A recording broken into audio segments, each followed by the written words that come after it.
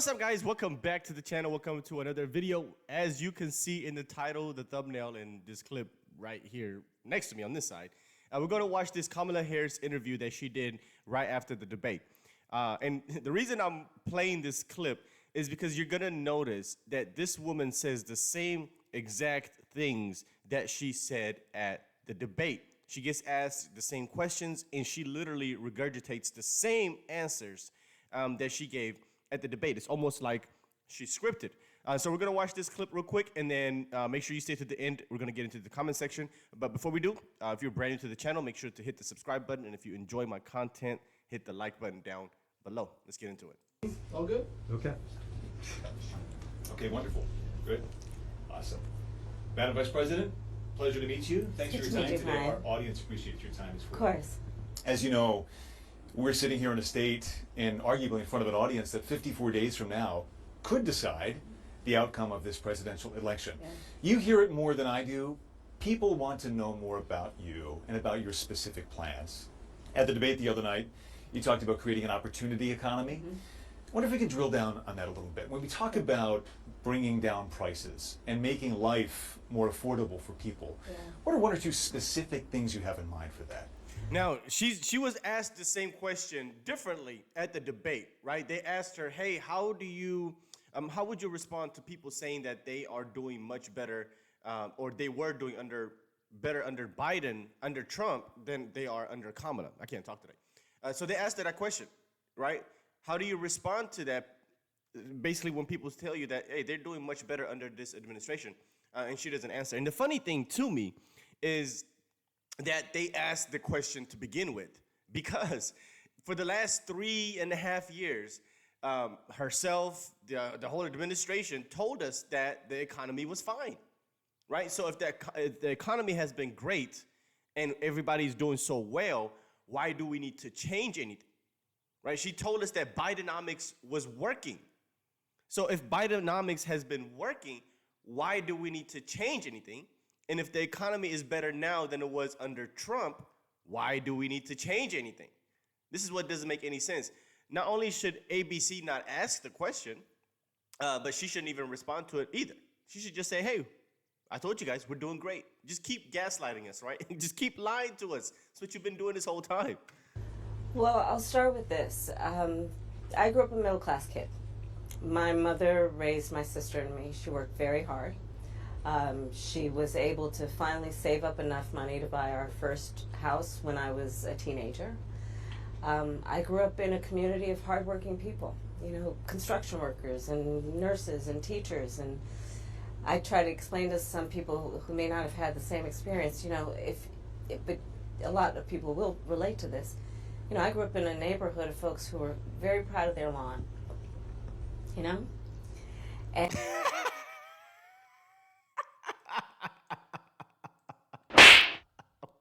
What is she talking about? And I was raised to believe and to know that all people deserve dignity.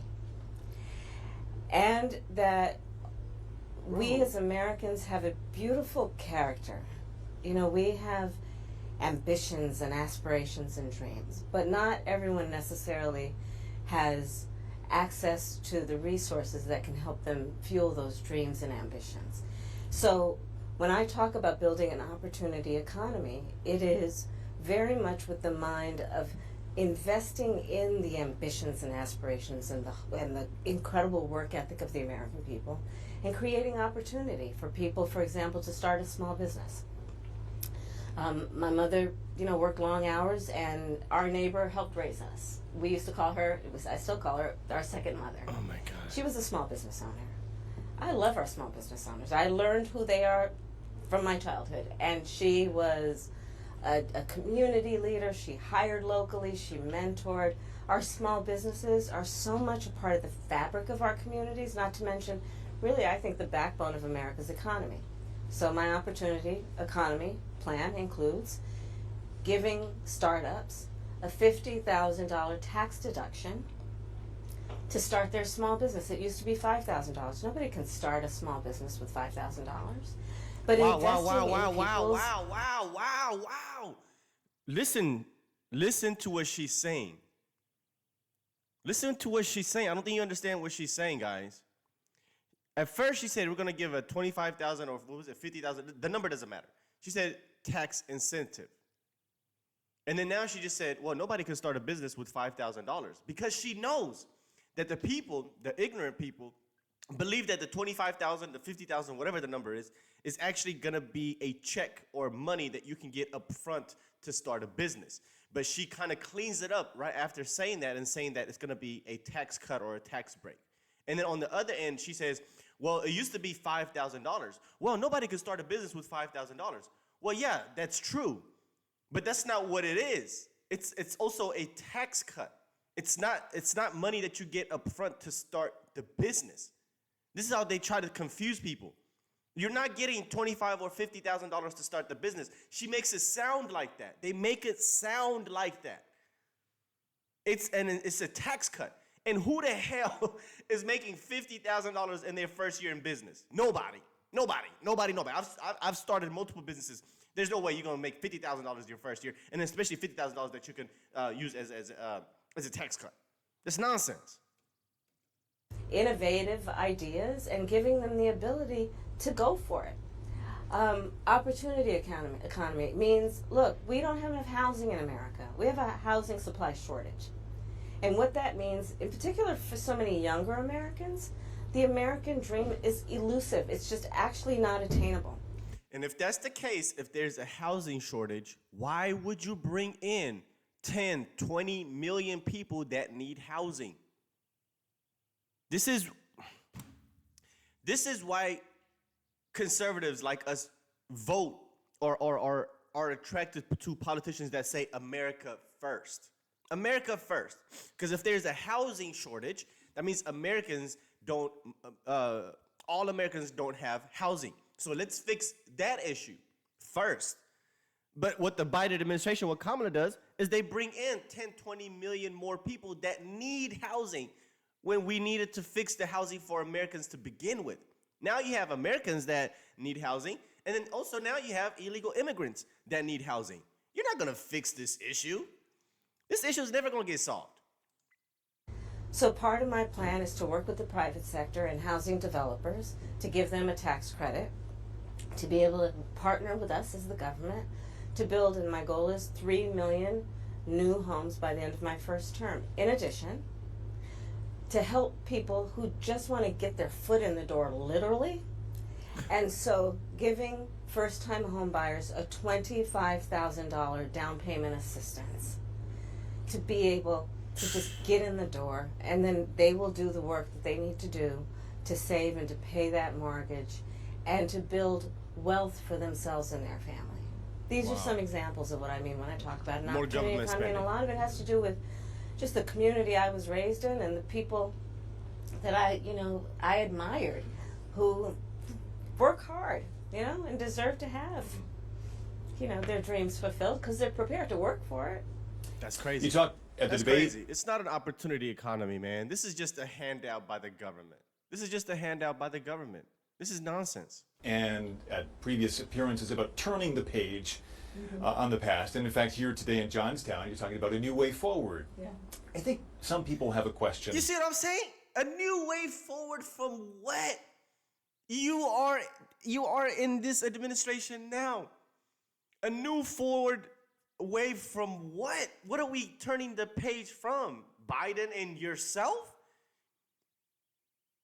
The Democrats have had the presidency for the last 12 of 16 years. Trump was only in charge for 4.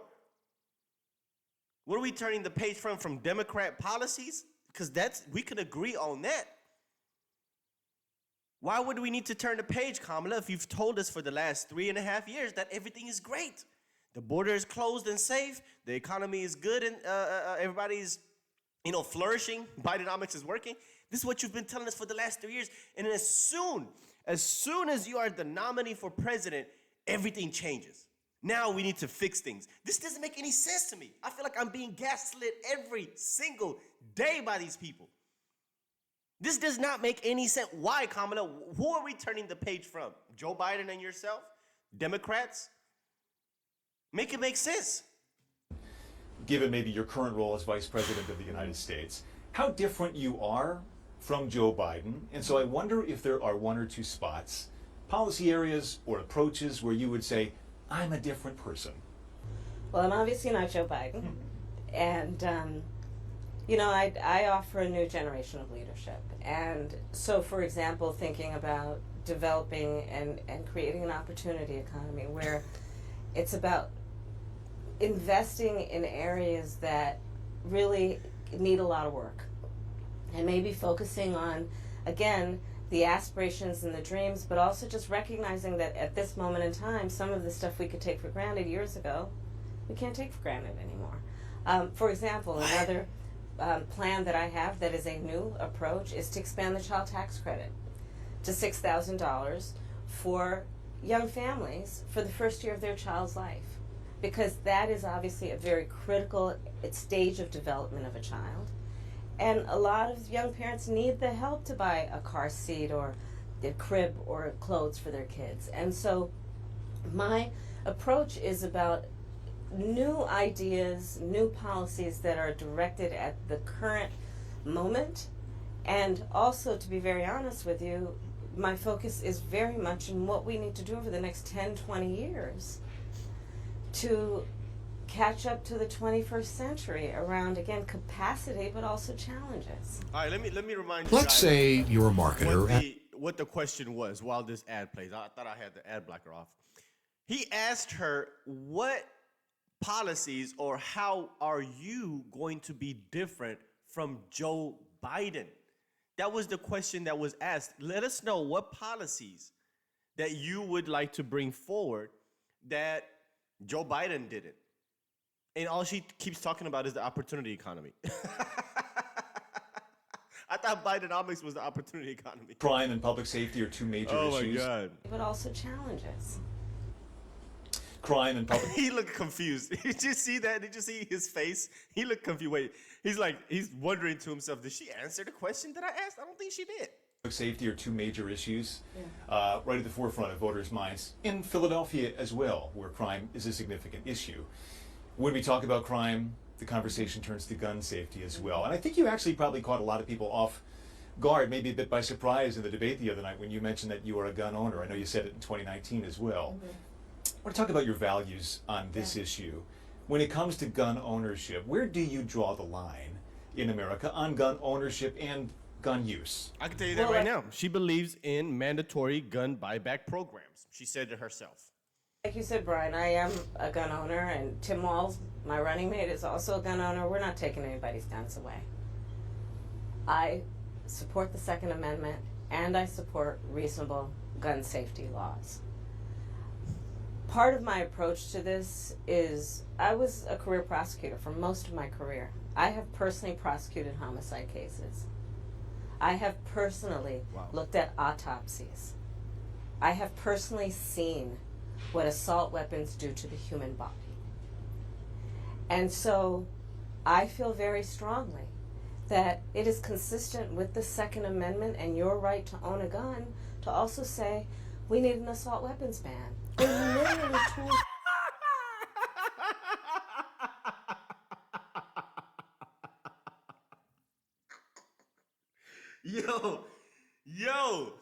Yo, the contradiction is crazy.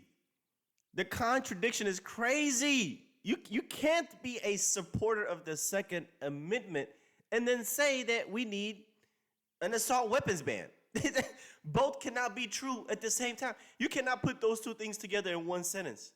You cannot. It's contradicting as hell. The Second Amendment literally says, shall not be infringed upon. So you banning assault weapons, you don't even know what that is an infringement. Kamala, what are you talking about? These people don't know what they're talking about. Of war. They were literally designed to kill a lot of human beings quickly. I say we need universal background checks. The majority of NRA members support that. Why? Because it's just reasonable. You just might want to know. It's already in place. Before someone can buy a lethal weapon, if they've been found by a court to be a danger to themselves or others, you just might want to know. Two final questions, if I might. Sure. On the appeal of the man you were running against, as you drove here today, you likely saw a lot of Trump signs. He has an historic appeal in this country. And as you are someone running against him and trying to understand that, I wonder how you distill it. What do you understand his appeal to be? And how do you speak to his voters? Or maybe people who just share his values but are open to something else? Well, because here's the thing. This is why there's an appeal around Donald Trump. He's not a politician. He's not a politician. People are tired of politicians. People are tired of people like Kamala Harris, who just give you fluff and lie to you and gaslight you all day. That's why people like Trump. He's not a politician. He doesn't sugarcoat anything. He's not politically correct. He'll tell you exactly what's on his mind. He doesn't care about hurting your feelings. And that's why there's an appeal to Trump. It's really that simple. And besides all of that, people have already experienced a Donald Trump presidency. We know what we're going to get with Donald Trump. And we know what we're going to get with Kamala and Biden. I mean, you know, she was half of the administration last time. So we know at least half of what she's going to give us. So the people want Trump back.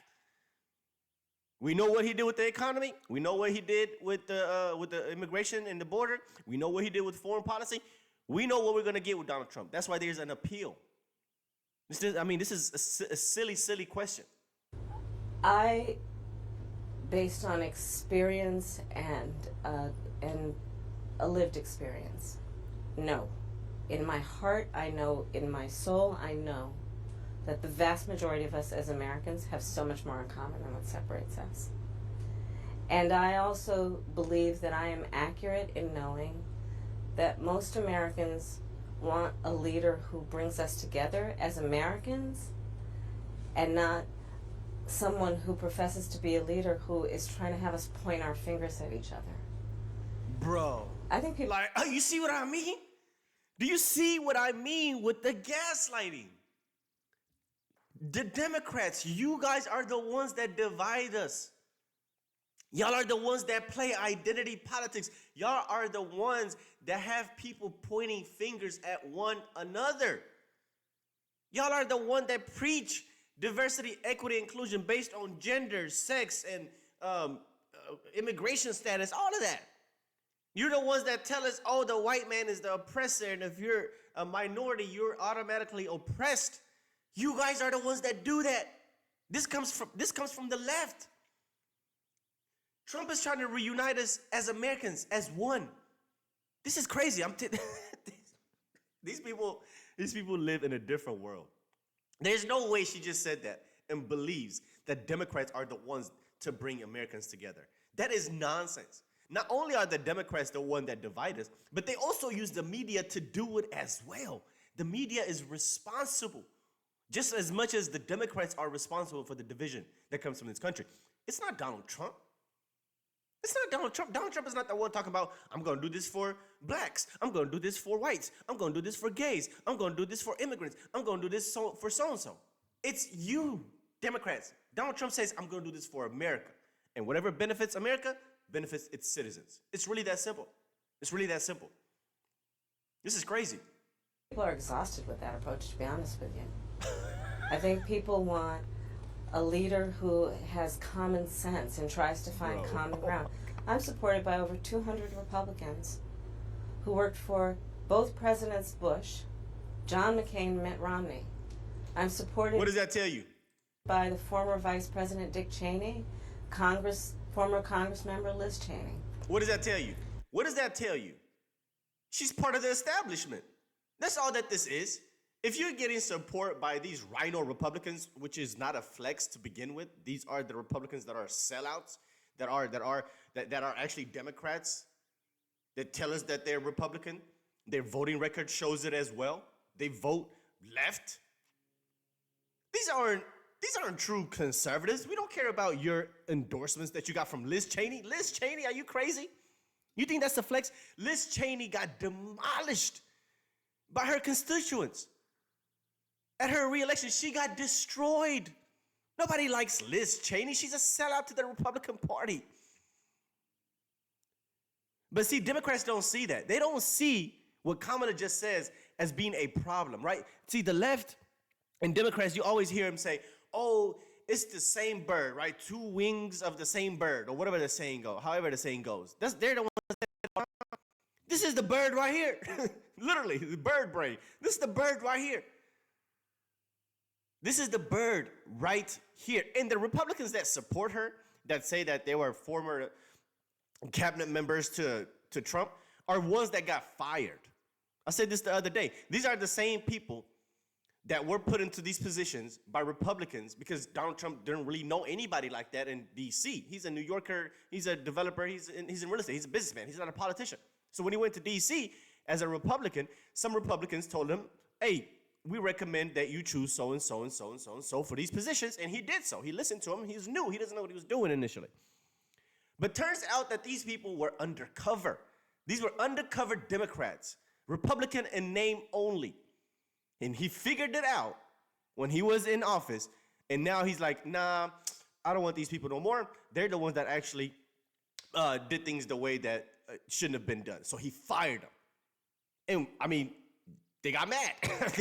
they got mad, started writing books, and then they endorsed Kamala Harris. All right, congratulations. And I think people are more willing now, in light of the hate and division that we see coming out of Donald Trump, to say, hey, let's put country first. And I think that just makes us stronger and more healthy as a country. To say, look, we can all debate our differences around, various policies, but let's stop with the division. Like, enough of that. Let's bring everybody together. Wow. And finally, as you introduce yourself to America in a new way, they've heard much of your story at the Democratic National Convention and in that debate earlier this week. If there's one thing that you wish Americans knew about... He doesn't even seem convinced. Like, even this guy doesn't seem like, damn. Like, he seems worried. Who Kamala Harris is that you don't think they know yet, what would that be? I don't know. I mean, probably it's not very different from anybody watching right now. I love my family. One of my favorite things that I lately have not been able to do is Sunday family dinner. I love to cook. She like to cook them greens, y'all. She about to wash them greens in the tub. She about to go wash them greens in the tub. You're gonna have plenty of time to do that once these elections are all over, Kamala. I have incredible friends. My best friend from kindergarten is still my best friend. I think that, I have a career that really, and I said it the other day, as a career prosecutor, I never asked a victim of crime, were they a Republican or a Democrat. The only thing I ever asked them is, are you okay? And I think that's the approach that most Americans want, regardless of who they voted for in the last election, in terms of turning the page and charting the way forward. I imagine you're looking forward to cooking Sunday dinner again. I am looking forward. Yes, I am looking forward to cooking. With the whole family gets involved, the kids each have their role. Yeah. Well, it's a beautiful family, and we thank you for your time. Thank you. Pleasure meeting you. She don't do no cooking on Sunday dinners. Because you know how I know? She talking about the kids in the kitchen having their own roles. You know damn well your mama did not let you in that kitchen when she was thrown down. She gonna tell you, get up out of my kitchen. You are in the way. You are in the way. So she don't be doing no cooking. Don't let her lie to you. Let's read some of these comments, guys. First comment says, am I wrong or did she just give the exact same answers as she did at the debate? 10,000 likes. Yeah, and some of the questions or some of the responses that she gave didn't even go with the question that was asked. It was just the programming that's just ingrained within her that made her say or give the answers that she gave. Next comment says, interviewer, what is your plan for the economy? Kamala, in West Philadelphia, born and raised, on the playground is where I spent most of my days.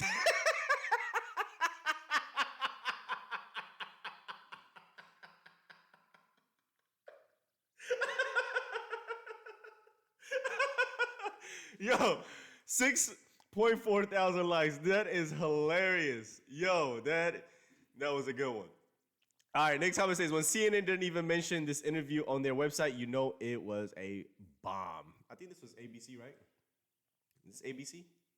Yeah, ABC Philadelphia. That's hilarious. Next comment. How will you bring down prices? Response, I come from a community where people were proud of their lawn.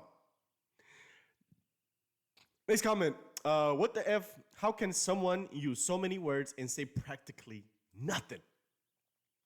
It's like whenever you have to write an essay for school, and it's like you have to hit like 350 words or whatever the word count is, and you just babbling to hit the word count. You're not even making sense anymore. You're just filling in stuff. That's how Kamala sounds.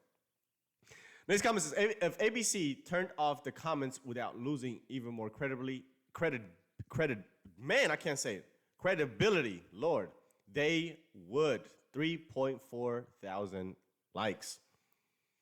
Next comment, she answers no question. She just repeats what she memorized. Yep, I told you guys. She literally has the same responses. And sometimes it's not even coherent or correlates with the question that was asked. He goes on to say, no one cares that your mom got a house when you were a teenager. Something doesn't compute with this woman. Yeah, 1.8 thousand likes. That's a black dude saying that too. Next comment, as an independent voter, the biased moderators on ABC during the debate pushed me to vote for Trump. Wow. As an independent, guys, and that is, I guess that was the purpose of that debate, right? Was to see if there were going to be some independent voters, that would swing one way or the other. And we got one right here, guys. Amazing. Next comment says, I would like to see Kamala answer questions from multiple reporters at a press conference. Whew. You asking for too much. Christina, you asking for too much, girl. You asking for too much. That would be entertaining to watch. Next comment says, I feel like I'm watching a high school student give a book report on a book she failed to read. This woman is a dumpster fire. Next comment, that's exactly the same answer she gave to a similar question during the debate, and it still doesn't answer the question. It sure does not. Yeah, we'll just wrap it up, guys. I don't want this video to be longer than it is. Let me know what you think. Let's talk about this video in the comment section. Like the video down below, and if you are brand new to the channel, consider hitting the subscribe button for more videos. I'll see you guys on the next one. Peace.